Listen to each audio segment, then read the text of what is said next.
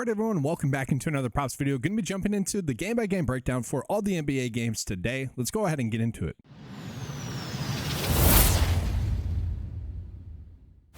So we're going to go ahead and start off with one of the early games. We got the Clippers versus the Magic here. Looking at the injury report, there really isn't much there in terms of like new injuries that we have seen. And then looking at the game spread as well, guys, this is projected to be a pretty close game. Okay, with it being about a 3.5 spread. And also kind of a lower scoring game at 211 for the game total. Now, what we're going to notice in this game is that we're really not getting that many good spots. We do have Chris Dunn to get under his rebound or points and rebounds. Not a terrible bet there. He does have a 67% hit rate though on the season, getting the over, so not exactly a bet that we need to go crazy with, I would say, but not a terrible spot. I do want to call it another bet that's an interesting one here as well. So we are getting Kawhi Leonard at 31.5 points, rebounds, and assists, but we also are going to see that the average sportsbook line has it closer to 32.5, and then also Underdog has it at that line as well. To me, this is one of the more interesting ones in this game, because if you look at his hit rate, it has been pretty darn solid. Over the past 10 games, has gone the over 9 out of the past 10 games. Now, on the season, he's only gotten the over 47% of the time. And if you look at the matchup with Orlando, only 42% of the time. So it is an interesting spot. Did want to call that out. I'm probably favoring more of the under on Underdog at 32.5. But that was a bet that I felt we should be calling out. So with that, guys, we're going to go ahead and jump on into the next game. We got Miami versus Washington. So in this game, we do have a lot of players that are listed out. We got Koulibaly, Kispert out for Washington, as well as Chris Middleton, as well as George, as well as Malcolm Brogdon and Bay. So there are a bunch of players that are going to be ruled out in this game. So with that, we should be getting some decent edges, although on paper, we're not exactly getting that. Like, I don't mind the idea of getting to like Julian Champagnie to get over his points, rebounds, and assists here. This one has about a 52% likelihood to hit.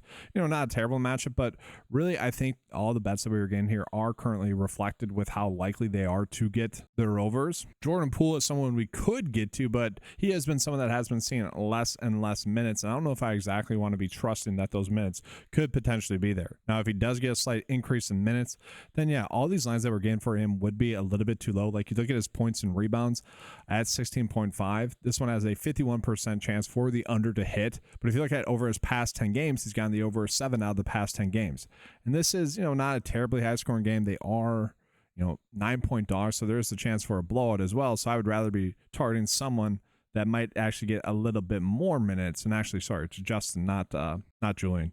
I'd be fine with that. You got AJ Johnson, who's been someone that's been playing more minutes recently as well. If you wanted to target some of his overs, you could as well. I don't hate that. They're obviously trying to give him a look, but really any bet in this game would mostly feel like we're forcing it. And then also we look at Miami, guys. Miami is also pretty darn banged up here as well, with a laundry list of players that are ruled out, which is nothing new though for the most part. So a bet that I do think is kind of a sneaky good bet would be this Bam 21.5 points. I don't mind this spot. He does get one of the easiest matchup here going against Washington. Against this opponent, he does average about 70%. If you look at over his past 10 games, does average 70% as well in terms of getting the over on the season as well, about 75%. So if you're looking for more of a traditional sportsbook bet rather than a PrizePicks Underdog prop bet, I don't mind him getting over 21.5 points as well. I think that's a decent spot to get to. So now we jump into the Kings versus the Pacers, guys. This is going to be a 5.5 point spread in favor of the Pacers, winning a decently high scoring game, especially in comparison to the first game at 235 or 234.5. Decent spot there. No one's really out in this game that really would change kind of what we're looking at in terms of injuries that we have seen recently or not seen recently. We scroll down and we are getting some decent spots here. So Miles Turner to get over 2.5 blocks and steals, one of the best bets on the board currently. I'm perfectly happy to get there. That's a plus EV bet that we are getting. Probably will be bumped by the time a lot of you guys get in and watch this video, but not a bad spot. We do have Obi Toppin to get over 15.5 points, rebounds, and assists as a bet that isn't terrible. You look at the projection data, likes his over. Obviously gets a good matchup. If this is going to be a high scoring game, I don't mind the idea of getting to that. Again, not really a PrizePicks or Underdog bet because it's not a 54% or better likelihood to hit, but still not a bad spot. Again, if you are someone that's betting on more traditional books, a bet that you could get to. But with that, we're not really seeing any other spots to get to for the Kings or for the Pacers as it currently sits. So let's go ahead and jump on into the next game. We got Utah versus Charlotte. So Utah is going to have a lot of players that are listed out in this game. We look at the projected starting lineup. It's going to be Isaiah Collier, Colin Sexton, who's currently questionable, Cody Williams, and then two bigs whose names I just don't want to butcher. But if we look at that, we are gaining a lot of more minutes to some of those players that typically haven't gotten them throughout the course of the season, which should create some value for us. But again, we're really not getting too many good spots as a result. Now, one bet that's interesting here, I would say, would be Mark Williams in this game going against Utah. He gets one of the better matchups here. The projection data likes him to get 14 rebounds and assists here. We see the line is at 13.5. His hit rate on the season is basically around 42%, but if you were to look at over his last 20, he's gotten the over about 50% of the time. So again, you factor in maybe slight minutes bump, about 1.4 here, and obviously the easy matchup, you would be more on the side of him getting the over. So also not a terrible spot. Then we go ahead and jump into Boston versus Memphis. Obviously some interesting things going on with Memphis and then Boston as well. Jaylen Brown could potentially be out in this game. We look at the point spread. This is a spot where maybe if they were looking like they're going to blow out a team, we'd probably want to assume that Jaylen Brown's going to be out. We don't know for sure. Obviously, if he's a little bit banged up, I don't really think they're going to force him to play. But this is a 4.5 point spread, okay, in favor of Boston winning, and about 36.5 for the game total. Now, again, guys, we're really not going to be getting that many good spots here, but I do want to call out some of the bets that we were getting here with someone like Jalen Wells. Now, we're not getting this sportsbook line just yet, so it'll be interesting to see what it comes out to be. But PrizePicks has his rebounds and assist line at 4.5, which if you look over his past 5 games, over his past 10 games, over his past 20, all about 70% hit rate here. Now, the issue is going to be the matchup with Boston. Haven't seen him be able to get this over that much against Boston, and obviously more difficult matchup, but not a terrible spot. Again, I'm very interested to see what the Vegas line will be once that gets updated.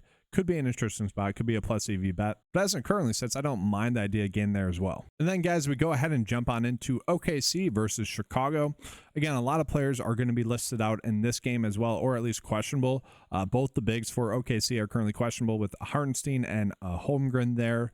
So that could create some potential value later on. Now we are getting them as, about 15-point favorites. And so that to me suggests that one of them are going to sit because they would likely believe that they can win with one of those two sitting. And so the question is which one's going to sit and how do we go about navigating that? We do know that SGA would pick up a little bit of usage if those two were to sit, which tough to imagine him getting more usage with those two out, but that is what has been, occurring. And then also Jalen Williams would actually be the player I think we would want to go on the most because again, if one of those two players were to sit, he actually picks up a decent amount of usage there as well. And even just with the current players listed out, he does average about a 23% usage rate. That should bump up by at least 2 or 3 if those two or one of those two were to sit. So not a bad spot. I don't mind the idea of doing his over points, rebounds, and assists again. You could potentially just end up on his potentially over assist as well at 4.5, which is currently available on Underdog actually. But again, we're attacking the mat, and that's because he's gotten the over about 63% of the time this season, and you'd be more attacking the matchup. But yeah, really just all of them I think are good spots for us. Then you do have the Josh Giddey revenge game fun,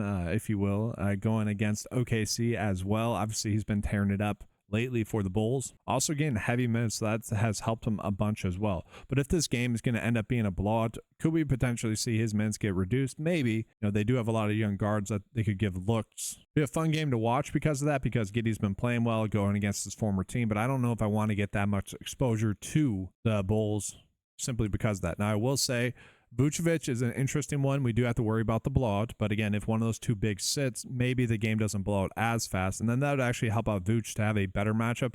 And so I wish we were getting any sort of over bets for him that we could potentially target, but right now, points would be the only one at 15.5 that has about a 50-50 split of hitting the over or not hitting the over. And again, the point would be a little bit of an improved matchup if one of those bigs were to sit. So don't exactly need to get there, but did want to call that one out to you guys. And then the last game on the slate right now, because we're not getting any prop bets for Brooklyn versus Dallas just yet, is going to be Houston versus the Lakers. Okay, about a 5-point spread here on average.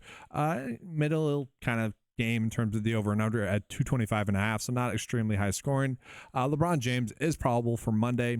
Wouldn't be surprising to see him sit, but I think we are planning on him playing Now, some interesting spots we do have is like Austin Reeves, who has been playing pretty darn well recently. Like one of the bets that we're getting him is him at 20.5 points. And, you know, over the past 20 games has gone the over 60% of the time. Now, I think this line is correct. I don't think we need to force anything with him, but it is worth calling that out. Maybe he does kind of ride the hot hand. But again, you got to realize a lot of that production was with LeBron out. So I do think that this line is correct, given the fact that LeBron is probable. Now, if LeBron were to end up sitting, that spot of his points at 20.5 would actually end up being a pretty good spot. So it's kind of tough to really go in on any of those bets. I would say just in general for the Lakers, just with LeBron back and Luka still there, no need to really force those. Now, I will say for the most part, like we probably are trying to find mostly over bets here.